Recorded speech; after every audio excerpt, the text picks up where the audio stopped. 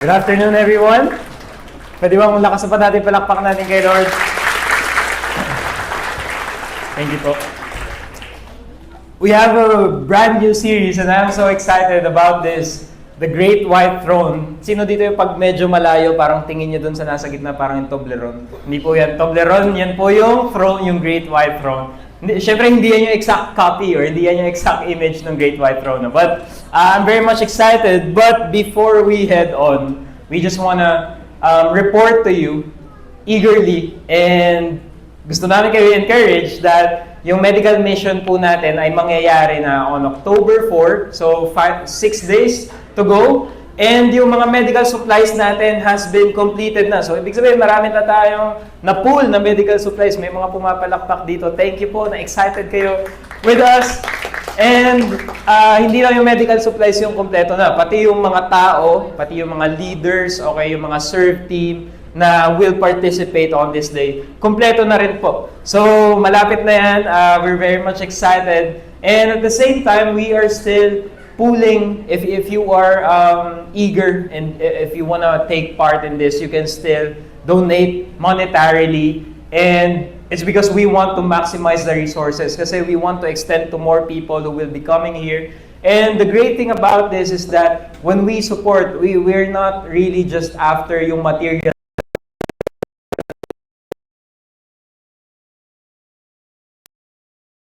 With that, we are preaching the gospel to them. And so if you want to take part, okay, monetarily, you can use the tithes and offering envelope. And before you leave, drop nyo lang po doon sa drop box. Paki-check lang po yung, or pakisulat yung outreach medical mission so that maihiwalay natin siya ng maayos at ma-allocate natin siya ng maayos. Alright, we are going in our new series and probably some of you, hinahanap nyo si Pastor Rui ulit kasi kakabalik lang niya last week tas wala na naman siya. And guys, hindi po na-rapture si Pastor Rui kaya wala siya. Okay? Hindi siya nauna sa rapture. But he is in Victory, Makati. He will be preaching there. So pag-pray natin si Pastor Rui, yun yung hirap eh. Kapag yung pastor natin artistahin, di ba? Kapag mga celebrity, di ba, nagmo-mall tour, nagmo-mall show. Kapag yung pastor daw artistahin, nag-church tour naman. So, nasa Makati si Pastor Rui ngayon, na-invite siya doon. And nakakatawa lang po kasi si Kuya Rosa dyan, siya sa likod. Nakatawa ko sa kanya kasi every week, every Saturday kapag nagkita kami dito sa hall or every Sunday bago mag-start yung service, tatanong niya sa akin, "Bro, ikaw ba magpipreach? Papagalitan mo na naman kami." But I'm excited today kasi hindi ko kayo papagalitan. Well, hindi ko kayo gustong pagalitan. Kaso lang kasi pag inaaral natin yung word, di ba? Prepare ka ng preaching. Monday to Saturday, basa ng basa, pray ng pray. Napapagalitan ako talaga ni Lord eh. Sinashape niya yung heart ko, na pinapoint out niya yung mali sa puso ko. So, ang bigat ng buong week ko. Eh syempre, papayag ba ako ng ganun? Gusto ko, idamay kayo, di ba? Kaya yung bigat ng message ni Lord, dinadala ko sa inyo para damay-damay na tayo. Kasi church family tayo, di ba? So, thank you na gusto niyong damayan. So, but today, yes, mabigat siya. But today, actually, the Great White Throne is our Hope series. If you remember, last year, nagkaroon tayo ng series called Pag-asa. So, nasa season ulit tayo ngayon that we are talking about hope. And when we're talking about the Great White Throne, sorry yung clicker, pwede pa. But pa next na lang muna po. When we talk about the Great White Throne, parang hindi siya catchy, di ba? Parang pag naisip mo, anong Great White Throne na tinutukoy? Or kahit naintindihan mo yung Great White Throne, honestly, nakakatch ba yung attention mo? Di ba? Parang hindi. But kapag siguro pinalitan natin yung series title na The Mark of the Beast, siguro mas maraming makikinig or mas maraming makakatch yung attention, mas maraming ma-alert. Kasi, ganito tayo eh. Di ba? Parang natitrain tayo ng mundo or naiintriga tayo ng mundo sa mga bagay na issue, thank you bro, sa mga bagay na nakakatakot, nakaka-worry. Pansinin niyo po, even sa mga news. Di ba? Sa mga news, ano yung karamihan sa mga news? May na-rape, may nagnakaw, may nasunugan. Di ba? Yung good news, meron ba kayo na encounter usually sa news? Di ba wala? Di ba after ng mga bad news, ano yung next? Celebrity na, showbiz na, di ba? So ano naman pakialam natin kung si Daniel Padilla na at Kyla Estrada, di ba? Uy, grabe. Di ba? Sabi sa inyo eh. So kapag yung mga bagay na worrisome or yung nakakatakot, kapag pinag-usapan natin yung end times, tapos ang topic natin ay yung beast, yung dragon, yung war, di ba parang somehow, gusto ko makinig yan para makapaghanda ako, makakailangan mag-supply ng maraming bagay. We worry so much about the end times. We question ourselves, Lord, makakasama ba ako dyan? Di ba? Tinatanong din natin, Lord, ano yung kailangan paghahanda na gawin ko? Kailangan ba mag-start na akong lumipat sa bandang Bukawi, malapit sa NLEX? Doon na lang ako magsisimba doon sa parang spaceship. Para pag nag-rapture, sasakay kami doon, tapos ikot yung malaki na yun, tapos sama. Di ba ganun daw yun? Kaya ganun yung itsura, para patusok kasi. Rocket yun. Ra-rocket yun pag, pag nag-Armageddon na. We worry so much. What else? We live in fear. When we talk about end times, honestly, how do you feel about it? Di ba naisip natin, okay Lord, kasama naman ako, pero naisip natin, paano kaya yung anak ko? Paano kaya yung magulang ko? Paano kaya yung anak ko, kakapanganak lang, 2 months pa lang, Lord, di pa yun nakakapag-prayer of salvation, makakasama ba? Na-search nyo na ba sa Google yun? Sometimes, di ba? Our baby's gonna be saved. Worry and fear. And not just about the end times, di ba? Pag inisip natin end times, parang ang layo pa nun. Sige, kahit hindi na end times, kahit ano na lang, petsa de peligro na lang, kahit atrenta na lang. Di ba? Worry and fear. May pambayad kaya ako sa bill? Mako-cover ko kaya lahat ng expenses? May maitatabi kaya ako pang savings? When we are thinking about the end goal, or the end of a timeline, kunwari, end of the month, or better yet, end of our lives, we are always worrying and we are living in fear. But the thing is, living a life in worry and in fear make us prone to living a life of sin. So sino, hindi ko na kayo patataasin ng kamay, but uy, may nagtaas. I want to ask you, are you, in your daily life, are you living in worry? Are you living in fear? Honestly, personally, I am. And when we live like this daw, we are more prone to sin. Pag sin, kala lang natin, kapag nagnakaw ka, or pumatay ka, or may ginawa kang literal na masama, namboso ka, ganun. Ganun yung tingin natin sa sin eh. But did you know that sin is actually missing the mark? Ibig sabihin, may pinagawa sa atin si God, pero kapag hindi natin ginawa yung pinapagawa ni God, nagsisin na tayo nun automatically. And we also know in the Bible that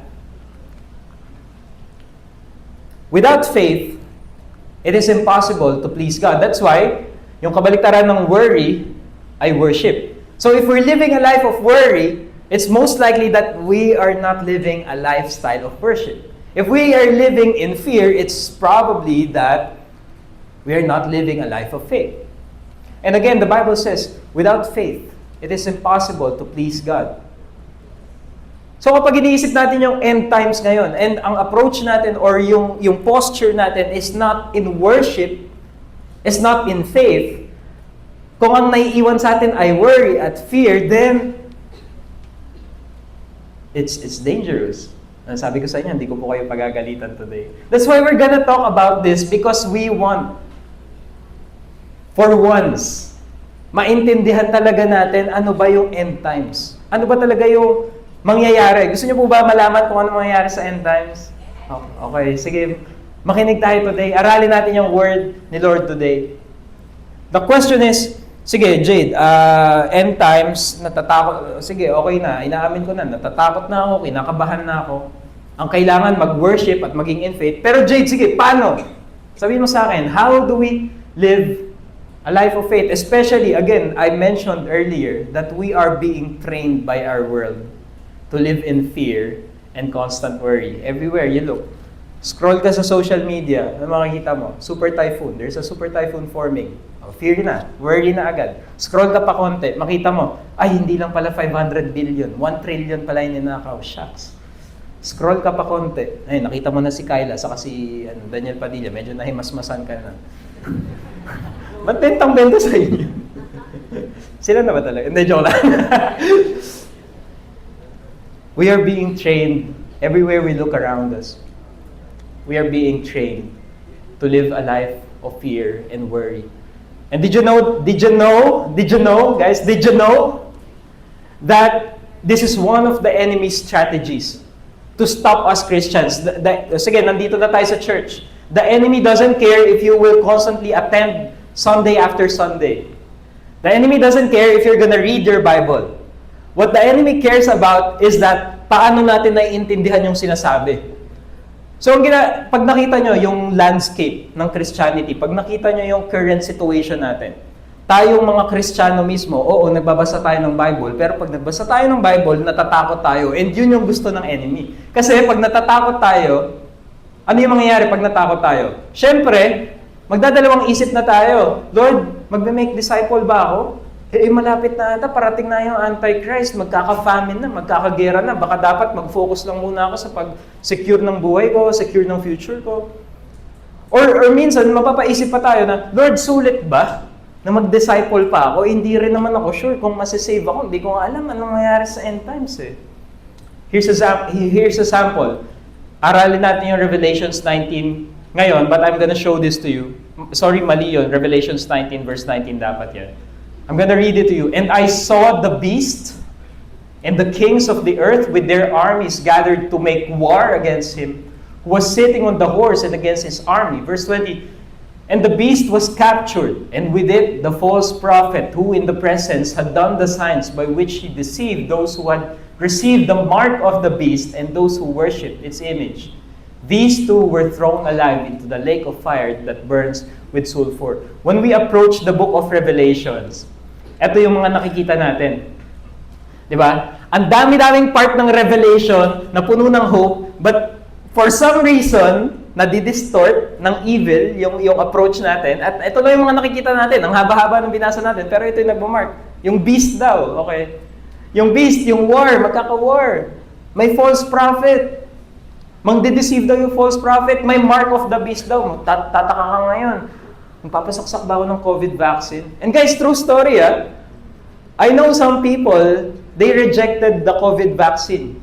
Kasi, takot sila na mark of the beast na yun. And I'm not condemning anyone. I'm not rebuking anyone. I'm just saying that we are constantly being deceived.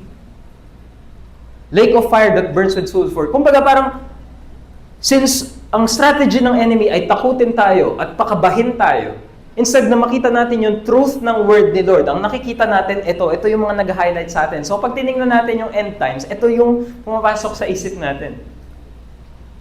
And imagine niyo kung gaano kasagwa, yun talaga yung term, gaano kasagwa na yung book of Genesis until the book before Revelation, lahat yun nagbe-build up sa grace ni Lord, sa love ni Lord, kung paano tayo isa-save ni Lord. Tapos isipin nyo nga, ang sagwa, di ba yung ending, ganito yung perspective natin. And no wonder, hindi tayo makasunod. Hindi natin maitodo yung faith natin ngayon kasi hindi natin sure kung ano yung mangyayari sa ending. But our goal today is that we might be, or we should be, convinced of this. I want to propose to you today that when we talk about Revelations, we are not talking about the end times, but we are talking about the wedding day. At least Revelations 19. Let us stop labeling Revelation as end times. But let's start labeling Revelation as the wedding day. Excited ba kayo dito? Do you want this? Do you want to live a life of worship and faith instead a life of worry and fear? If you all want that, let's all stand up. We will be reading from Revelations 19, verse 1 to 10. Sige, hintayin ko munang mabuksan nyo yung Bible bago ko sabihin na sa Pinoy version tayo magbabasa. I prepared the word dito. So we will be reading from the Pinoy version. Let's read. 3, 2, 1. Pagkatapos nito, may narinig akong parang boses ng napakaraming tao sa langit. Ang sabi, purihin ang Diyos Sa Diyos ang kaligtasan, kaluwalhatian at kapangyarihan. Tama at matuwid ang paghuhusga niya. Ginudge na ng Diyos ang prostitute dahil sa kahalayan niya, kaya naging masama ang mga tao sa mundo. Pinarusahan siya ng Diyos kasi pinatay niya ang mga lingkod ng Diyos. Sumigaw ulit siya, purihin ng Diyos. Walang tigil na umaakyat ang usok ng apoy na sumusunog sa makapangyarihang city. Dumapa ang 24 na elders at ang 4 na buhay na nilalang at sinamba nila ang Diyos na naghahari. Sabi nila, Amen! Purihin ang Diyos. May nagsalita galing sa trono, sabi, purihin ang Diyos natin, kayong lahat ng mga lingkod niya, makapangyarihan man o mahina, kayong may takot sa Kanya. Tapos may narinig akong parang boses ng napakaraming tao, pareha sa tunog ng rumaragasang tubig at gaya ng tunog ng malakas na kulog. Ang sabi, purihin ang Diyos dahil naghahari na ang Panginoon nating Diyos na makapangyarihan sa lahat. Matuwa tayo at magsaya. Purihin natin siya dahil dumating na ang oras ng kasal ng tupa at hinanda na ng bride ang kanyang sarili. Pinagsuot siya ng Diyos ng malinis at makintab na tela, yung mamahaling tela na linen. Yung linen ay symbol ng mga mabubuting ginawa ng mga taong pinili ng Diyos. At sinabi ng angel sa akin, isulat mo to, blessed ang mga taong imbitado sa kasalan ng tupa. At sinabi pa niya, totoong sinabi ng Diyos ang mga ito. Dumapa ako sa paanan niya para sambahin siya, pero sinabi niya sa akin, huwag mong gawin yan. Pareho lang tayo nagsaserve sa Diyos. Kasama ang iba pang mga naniniwala sa lahat ng katotohanang ni-reveal ni Jesus. Ang Diyos ang sambahin mo. Dahil ang katotohanang ni-reveal ni Jesus ang nag-i-inspire sa mga taong i-preach ang mensahe ng Diyos. Heavenly Father, we thank you for sending your Son, Jesus Christ, to save us. And thank you that you're gonna send Him once again for the second coming to come back for us and save us once and for all. Holy Spirit, please speak to us today and give clarity to our minds, our hearts, and souls. And Holy Spirit, may you remove every fear, every doubt, every worry that we have and exchange it, Lord, to worship and faith. In Jesus' name we pray. Amen. Verse 1, Revelations 19, verse 1, makikita na agad natin doon, purihin ng Diyos. Pwede bang sabihin mo yun sa... Hindi, ganito muna. Sabihin mo sa kanan mo, Hallelujah! Hallelujah. Pwede bang yung mas may conviction? Sabihin mo, Hallelujah! Hallelujah! Ang sabihin mo naman sa kaliwa mo, purihin ng Diyos. Purihin ng Diyos. Guys, when the writer wrote this, hindi to yung parang nag-i-express siya na, bless the Lord, praise the Lord. Di ba? Pag naging Kristiyano tayo, dati, palamura tayo tapos madalas sinasabi natin yung P word di ba? Pero pag ngayon, Kristiyano tayo, nagdapa tayo, sinasabi, ay, praise the Lord. Yeah. Hindi ganun. Hindi lang ganun na sabi na praise the Lord. Ito, yung sinasabi nitong praise the Lord, purihin ng Diyos, utos siya. Gets? Utos siya. And actually, itong purihin ng Diyos ay na-mention ng 6 times sa verse 1 pa lang hanggang verse 10. Okay? Sino dito mga nagbabasa ng Bible? Taas ang kamay. Honestly, sige, taas mo yung kamay mo. So, 25% lang yung nagbabasa ng Bible. Totoo ba yun? Pastor Rui, balik ka na dito. If you're reading your Bible and you find it hard to understand the Bible, you can use this technique. Usually, kapag paulit-ulit yung word na nababasa mo within a chapter, yun yung ibig sabihin, yun yung pinapatungkulan, yun yung main theme, okay, nung chapter na binabasa mo. So kung yung Revelation, ang tingin natin sa Revelation ay book of worry and fear, book of beast and dragons and war and kung ano-ano, then we're wrong because dito pa lang we can see, we can prove na yung paulit-ulit na word dito ay purihin ang Diyos. And the writer wants to emphasize that as a command. Command siya na parang, Ralph, purihin mo ang Diyos. Kesa matakot ka, purihin mo ang Diyos. It's a command. Why?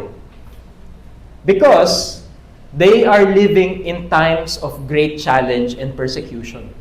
Napapersecute sila. Hindi lang basta corrupt yung mga leaders nila na nagnanakaw.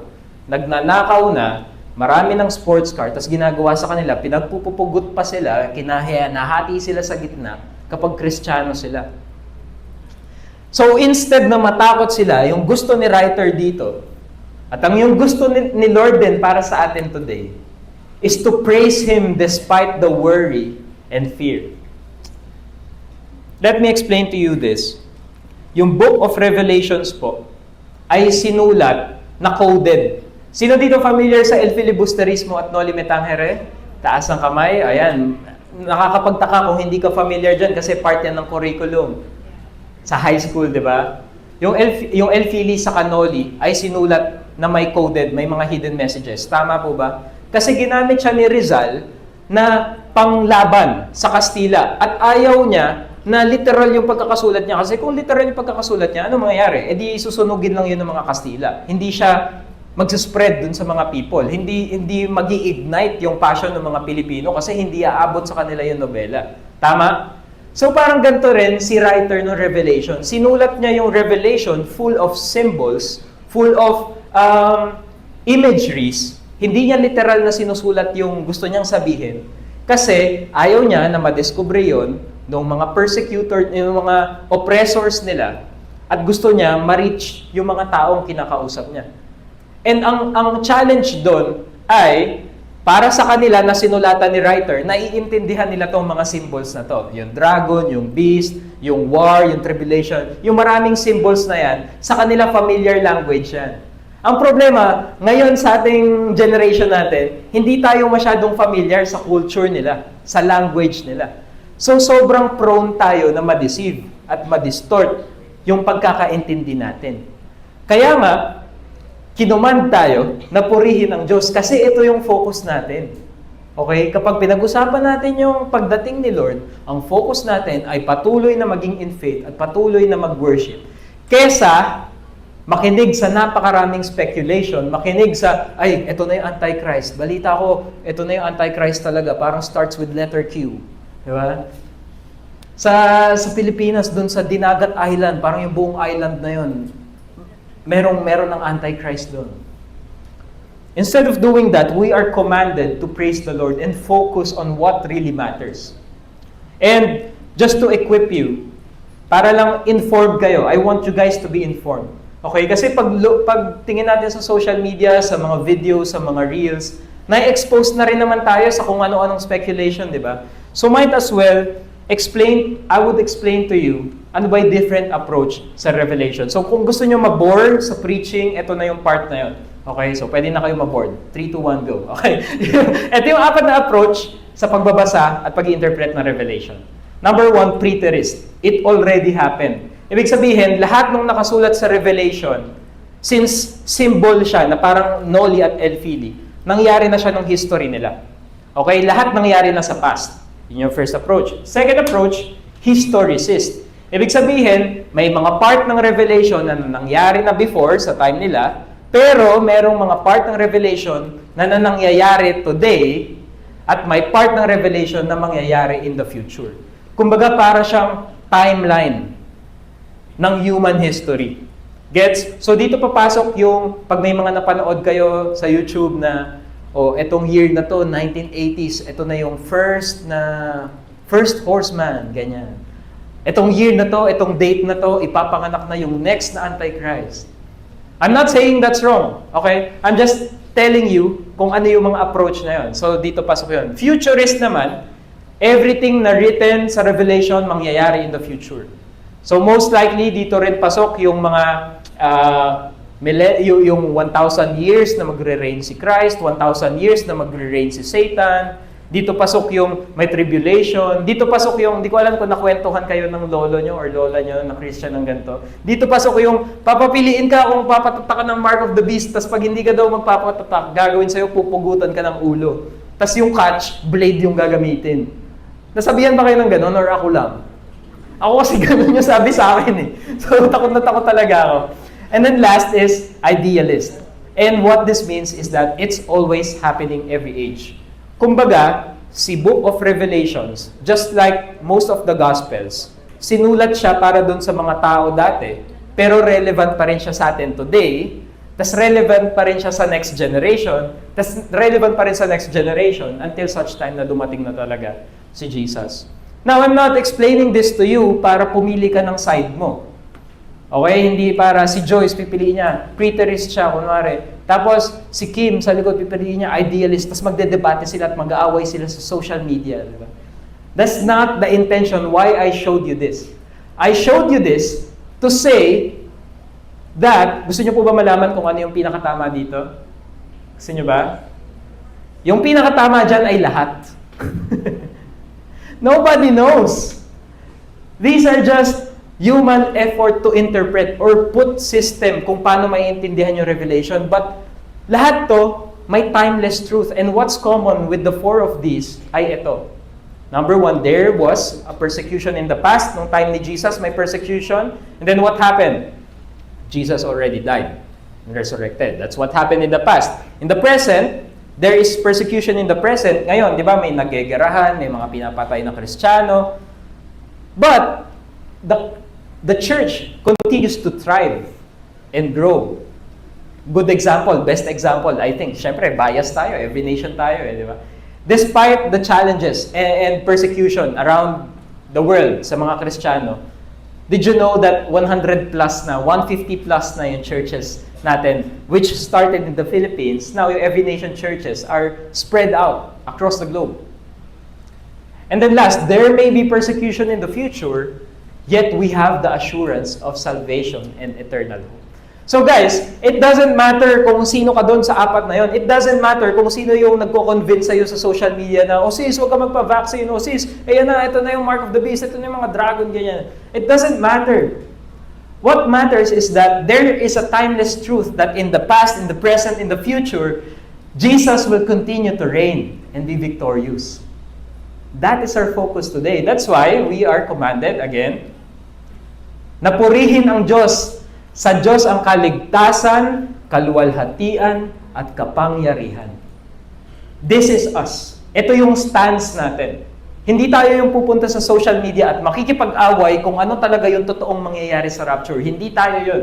Ito tayo. Tayo yung mga magpupuri. Tayo yung patuloy na magpo-proclaim that Jesus is our Savior, Jesus is holy above all, and Jesus is the most powerful. That's why we don't have to worry. And we don't have to fear. Verse 2, tama at matuwid ang paghuhusga niya. Ginudge na ng Diyos ang prostitute. Ayan, medyo medyo controversial na ulit. Hala, may judgment na, may judgment. Guys, two characters here. Number one, si Jesus as a judge. And number two, the prostitute. Papabilisin na lang natin. Yung prostitute na tinutukoy dyan, sila yung mga tao na dapat bride ni God. Pero tinalikuran nila yung truth. Alam nila yung truth, alam nila yung Christianity, alam nilang may victory, alam nilang may discipleship, but they don't want to do it. Ibig sabihin, parang ikakasal dapat sila kay God, engaged talaga dapat sila kay God, pero ang ginawa nila, nangaliwa sila. So sila yung prostitute. And then, darating daw si Jesus Christ sa second coming niya as a righteous judge.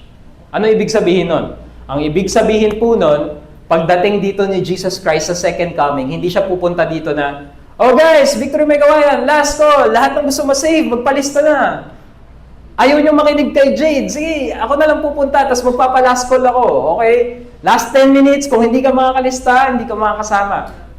Jesus will not come for a last call. Jesus will not come to invite more people to be saved. But Jesus will come to get all the people who have been saved. Nagets niyo po ba? So pagdating ni Jesus Christ, wala nang chance ulit na mag-repent. Kahit mag-repent ka, it's too late. Ngayon, okay, narinig natin to. Mapapaisip na naman tayo, shucks. Sabi ni Jade, live in worship and faith. Paano yun? Baka too late na ako. Baka di ako kasama dyan. Honestly, wag na kayo magtaas ng kamay. But check your hearts today. Are you a kind of Christian who is struggling with sin? Hey, think about it. Are you a Christian na gusto mo naman sundin si Lord, Pero hirap kang iwanan yung mga bagay na hindi nakaka-please sa Kanya. Ikaw ba yun? Pero kahit nahihirapan ka, kahit weak ka, sa pagpili sa mga tamang bagay, sure ka ba? Sige, check mo yung heart mo ngayon. Sure ka ba na gusto mo pa rin siyang piliin? Nahihirapan ka lang, pero gusto mo siyang piliin. Dito, pwede na tayo sumagot. Nahihirapan ka, pero gusto mo pa rin piliin si Christ. Pwede pakitaas yung kamay? Wala masyado. Ba't ganun? Nakakapagtaka. If you are a struggling Christian, yet you always choose to follow Jesus, and you allow Jesus to work in your heart, to sanctify you, good news for you, you are not a prostitute. This judgment is not for you. So erase that fear and worry in your life. Now, I'm not saying that you continue go on and live a sinful life. That's not what I'm saying. I'm saying that even though nahihirapan ka, piliin si Christ. Even though nagsastruggle ka pa rin sa sin, pagpatuloy mo lang yung pagsik mo kay Jesus. Pagpatuloy mo lang yung ginagawang pagbabago ni Christ sa buhay mo. And if you do that, if you receive that grace from Jesus, then dito ka kasama. Matuwa tayo at magsaya, purihin natin siya dahil, pwedeng sabay-sabay tayo, basahin natin yung naka-bold na text. Dahil dumating na ang oras ng kasal ng tupa at hinanda na ng bride ang kanyang sarili. Guys, if you are a struggling Christian today, yet you are sure in your heart that you have decided to follow Jesus, no turning back, I'm telling you today, you're not a prostitute. I'm telling you today, you are a bride of Christ. You are a people of God na sinabihan niya. Ikaw yung sinabihan ni Christ na babalikan kita. Ikaw yung sinabihan ni Jesus na sasagipin kita. Ikaw yung sinabihan ni Jesus na magpo-provide ako sa'yo. Ikaw yung sinabihan ni Jesus na nandito ako para sa'yo. Ikaw yung sinabihan ni Jesus na hindi ka mag-isa. Ikaw yung sinabihan ni Jesus na lahat ng pangako ko sa'yo, tutuparin ko.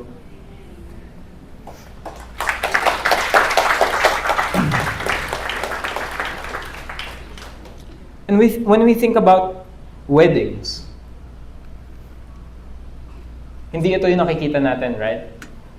Ang nakikita natin kapag pinag-usapan yung wedding, yung mahabang engagement, di ba? Yung grand na, ano tawag doon? Yung nag-shoot ng mga pictures sa video. Hindi, yung bago pa yung SDE. Prenup yun, prenup. Di kasi kami nag-ganon ni Kim, kaya di ko alam yung tawag. Prenup. Di ba yun yung itsura ng wedding? Prenup, tapos busy, papasukat ng damit, mag-i-invite ng mga ninong, ninang. Iba na yung picture ng wedding natin today. And I'm not saying na mali yun. I'm just saying na kapag hindi natin naintindihan ano yung itsura ng wedding nung time na sinabi to ni Jesus, yung wedding feast of the Lamb, kung ang incorporation natin sa wedding na yon ay yung modern wedding natin today, natural, hindi tayo may excite. So I'm gonna explain to you ano yung itsura ng wedding. Gusto niyo po ba yan? Gusto niyo bang ma-discover ano yung itsura ng wedding na tinutukoy ni Jesus? This is how it looks like. So number one, first thing, that's what's gonna happen. Yung tatay ng boy, yung tatay ng lalaki at ng babae, mag-uusap yan. So for example, si girl, dumating na yung time of her adulthood, first menstrual cycle niya. Yun na yung time na pwede na siya magpakasal. Okay, before kayo mag-react, na child abuse yan, Jay. Before kayo mag-react. Iba yung culture nila sa culture natin. Hindi to yung parang sa mga teleserye na arranged marriage, tapos pinaglalaban nila yung pag-ibig nila talaga. Hindi ganon. Okay, nung dati, maganda yung design ng arranged marriage. So, ganun yung nangyayari. So, yung tatay ng lalaki, kakausapin niya yung tatay ng babae. Ready na yung anak ng babae. Pag-usapan na natin. So, magsusulat sila ngayon ng kasunduan nila.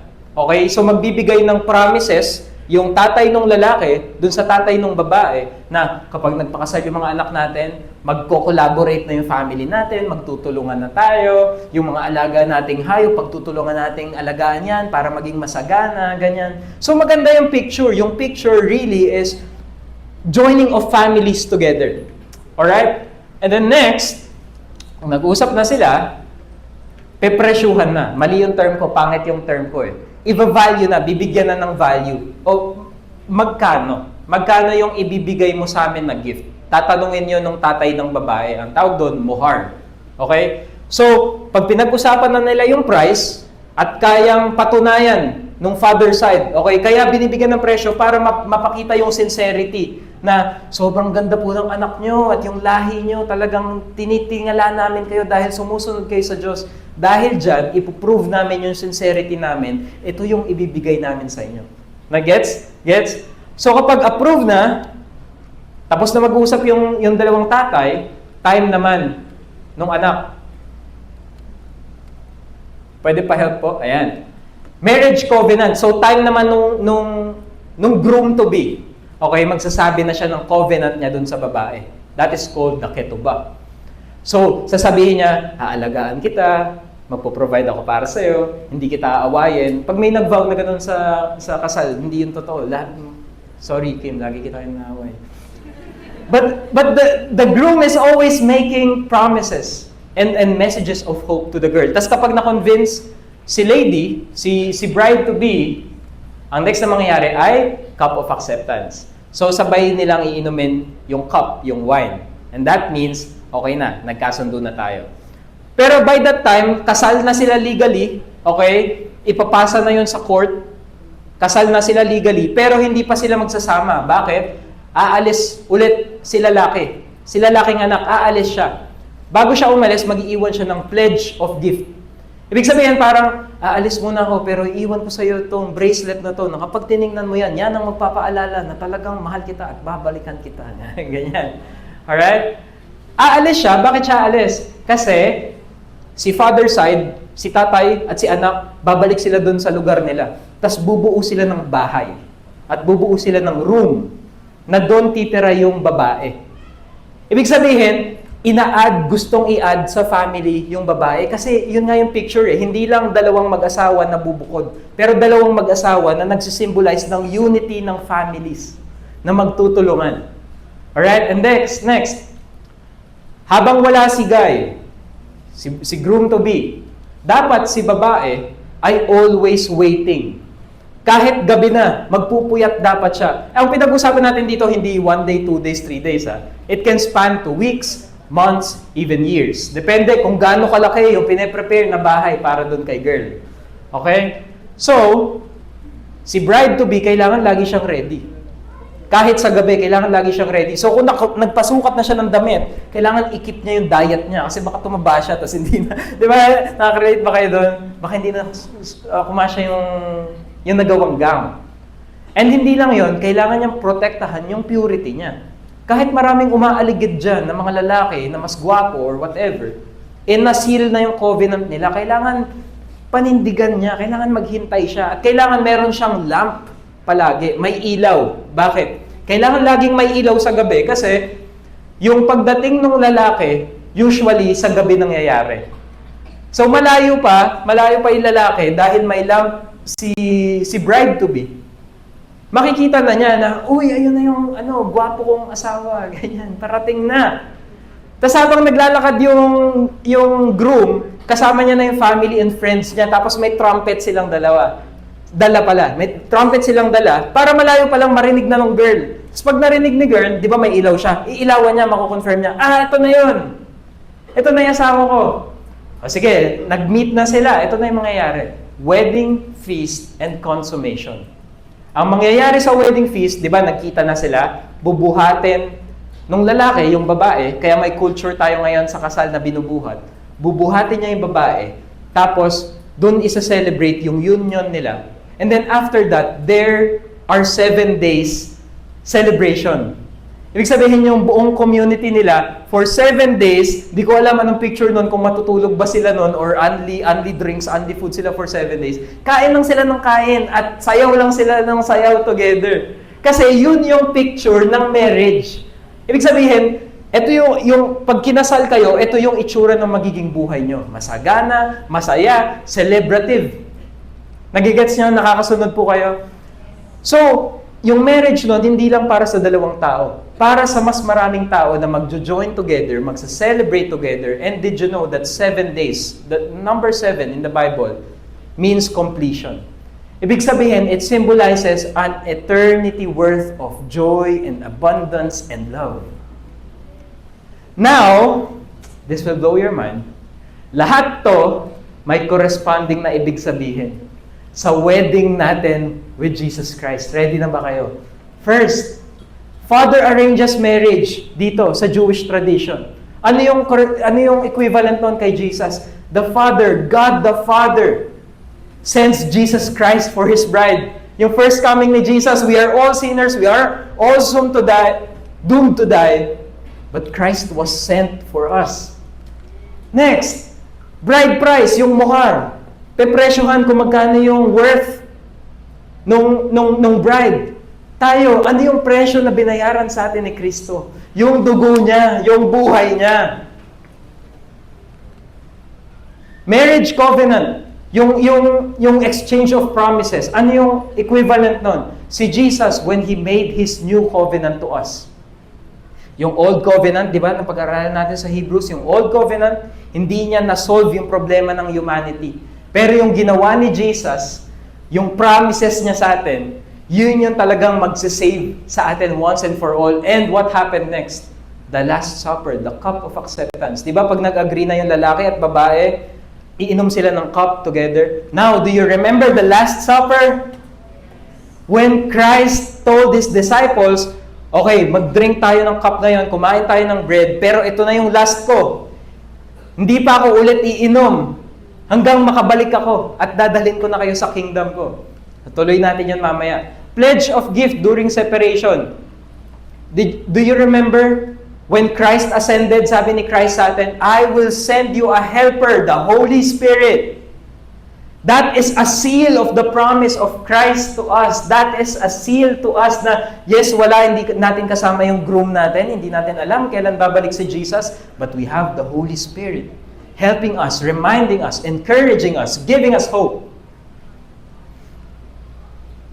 And when Jesus departed, ano sabi sa word niya, di ba? Sabi ni Jesus, in my Father's house, there are many rooms. Tapos kapag iniisip natin ngayon yung eternal life, tapos many rooms, di ba? Ang naisip natin, ay okay lang na mahirap ako ngayon kasi pagdating ko sa heaven, may mansion ako. Kasi sabi ni Jesus, many rooms daw. But what that really means is that when Christ ascended to heaven, He is preparing already a place for us where we will stay. Or He is already preparing how He is gonna unite us with Him. Nilalagay tayo, pinaplano ni Christ, paano niya tayo isasama sa family ni Abba Father.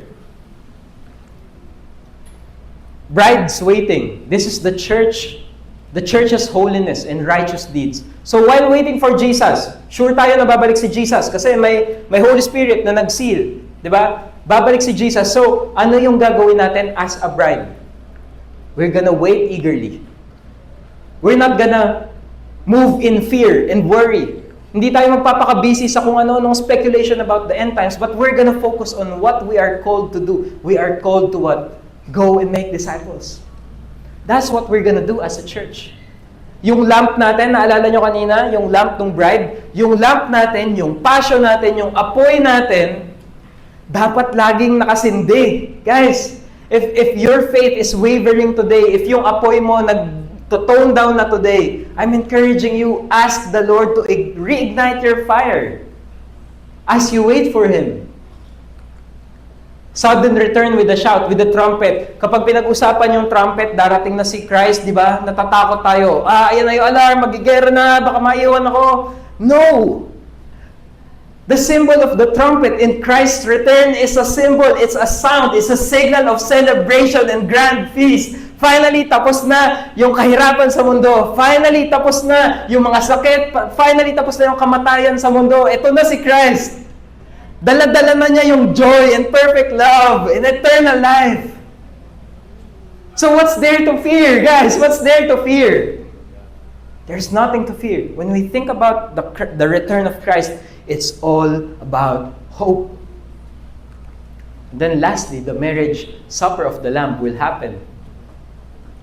Iwas ba ako ng picture? Naharangan ko. The marriage supper of the Lamb will happen. Verse 9, at sinabi ng angel sa akin, isulat mo to, blessed, Pwede ba sabay-sabay natin basahin to? 1, 2, 3, go. Isulat mo to. Blessed ang mga taong imbitado sa kasalan ng tupa. At sinabi pa niya, totoong sinabi ng Diyos ang mga to. Guys, yung mga kinakatakutan natin na mga speculation at theory kung ano mangyayari sa end times, hindi natin alam kung ano yung totoo doon. Pero ano yung sinabi sa Bible na totoo? Ito, totoong sinabi ng Diyos ang mga ito. Totoong mangyayari yung wedding feast of the Lamb. If sa buhay mo hindi ka sure ano mangyayari next, ito yung sure. Okay, tama nang kakahanap mo kung ano yung security mo sa life mo. Ito yung sure, babalikan ka ni Jesus. To the guilty, to the prostitute, to those who turn back on Jesus, Jesus will come as a righteous judge to bring punishment. But victory may kawayan. To you, the faithful ones, Jesus will come as the glorious bridegroom to bring you with Him.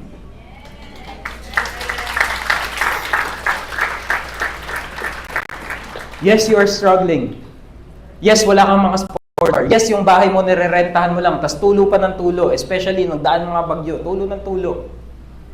Yes, hindi ka mayaman. Yes, hindi ka nakakagala kagaya ng mga office mate mo, yung mga kamag-anak mo. Yes, hindi ka ganon. But you are a faithful one, and Christ will come back for you, bring you to the kingdom of His Father, and there is a place there waiting for you. We're about to end, and I will ask the worship team to help me here.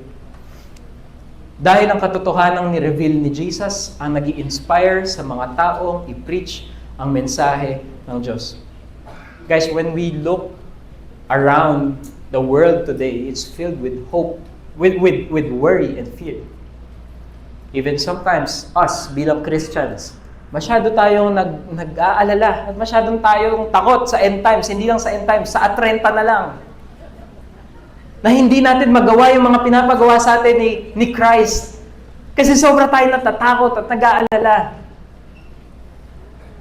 And how do we know that we are convinced that Jesus will come back for us? How do we see that our faith is responding? How do we see that our faith is rising? How do we see that our worship is happening? How do we see that? It's this.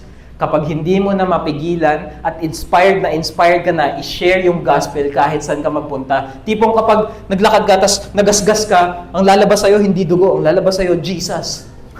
Di ba? Sobrang nag-overflow ka na kay Jesus. And that's what we want. Gusto natin na ma-convince tayo ng truth na babalik si Kristo until that point na hindi mo na kailangang pilitin yung sarili mong mag-disciple kasi sobrang convinced ka sa hope na meron ka. Sige, mas padaliin natin yung language. Di ba? Kapag engaged ka na, marami dito mukhang kinasal na at na-engage. Pero kahit hindi ka na-engage, kunwari na-engage yung kaibigan mo sa Facebook. Di ba all of us, oh by the way, Kuya Benj, congratulations, Coach Benj. Nakita niyo yung post ni Coach Benj, magwa 1K na yung like. Di ba? Ang daming taong nagse-celebrate, ang daming taong inspired, ang daming taong excited. And now, think about that. Ikaw yung engaged ngayon. Punta ka sa bahay mo, sabihin mo, Ma, Pa, engaged na ako. Sabihin sa'yo ng nanay, tatay mo, anak, 65 years old ka na. Sabihin mo, hindi. Engaged na ako kay Christ. Tapos babalikan ako ni Christ. Gusto mo ba sumama? Invited ka din daw dun sa wedding. Gusto mo ba sumama? Ma, Pa, engaged na ako. Anak, tapusin mo muna yung homework mo. Hindi, Ma. Kay Christ ako engaged. At babalikan ako ni Christ. Do you see that? Do you see that when you are so convinced of what's gonna happen in the future, if you are so convinced that Jesus Christ will come back for you, naturally, you will just post about it on Facebook. Naturally, you will just tell it to your classmates. Naturally, you are just so excited. Whatever happens in your life, you are just so excited to talk about your engagement in Christ. And you are just so excited for His return. I want to invite you to stand up. Sabi natin, we don't want to live a life of worry and fear. But we want to live a life of worship and faith. And in this book, in this chapter 19, nakita natin paulit-ulit, purihin ng Diyos, purihin ng Diyos. Guys, can we do this? Pwede bang mag-worship tayo to the top of our lungs? Pwede bang sobrang lakasan natin yung pag-worship natin, kagaya nung sinabi sa Revelation, to the point na yung mga tao sa labas maririnig nila that Jesus will come back and save us all. Pwede ba natin gawin yun? Let's just pray, Lord, thank you for this great encouragement and reminder. Thank you, Jesus, that ano man yung pinagdadaanan namin ngayon, nakakainggit man yung mga kaibigan namin, yung pamilya namin. Jesus, nag-aalala man ako ngayon kung makakabayad ba ako sa atrenta, kung aabot ba ako sa deadline ng bayaran. Lord, kung ano man yung nararanasan ko ngayon, maraming salamat po kasi hindi ito yung reality ng buhay ko. Yung reality ng buhay po namin as a church is that you're gonna come back for us, Lord. And ngayon pa lang, we already wanna celebrate. We already wanna sing and dance. We already wanna declare, hallelujah to the King, hallelujah to Jesus who will save us. And Lord, receive this worship from us. In Jesus' name we pray. Let's worship Jesus. Ready?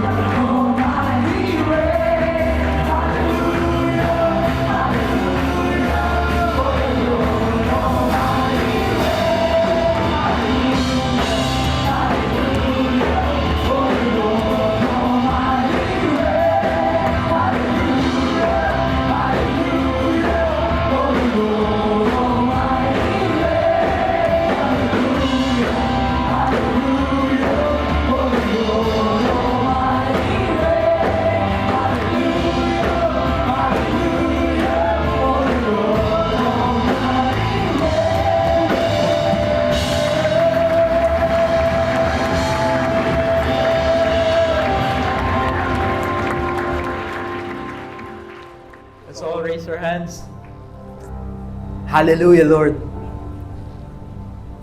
Our Savior, our Holy Lord Jesus Christ, our powerful Lord Jesus Christ. Hindi na po kami makahintay na hindi na yung mga iyak at mga despair yung naririnig namin. Hindi na mga reklamo yung naririnig namin, Lord, pero yung maririnig namin ay yung signal ng wedding feast of the Lamb, yung tunog ng trumpet na nagsisignal, Lord, na ito na, pabalik ka na. And Lord, help us to live a life of excitement, to live a life of faith, to live a life of worship to our King Jesus.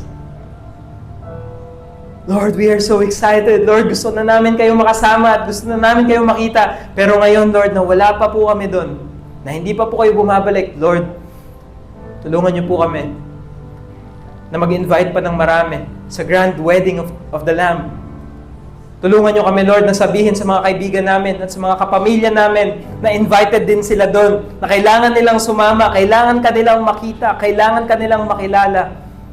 And Lord, as we do this, reshape the way we live our lives. Take away, Lord, the false burdens in our heart. Lord, take away our struggle of sin. Lord, take away our false dreams, Lord. Take away, Lord, our selfishness. Take away our pride. And Lord, may the one true goal of this life be evident in our lives, and that is to follow you. That is to run after you. That is to obey whatever you say in hope and excitement that you are once again coming back for us. Lord, we thank you. We praise you. In Jesus' name we pray. Amen. Amen.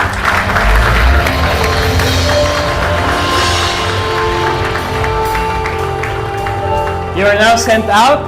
Go and celebrate. But before you are sent out, okay, upo muna tayo para mahimasmasan.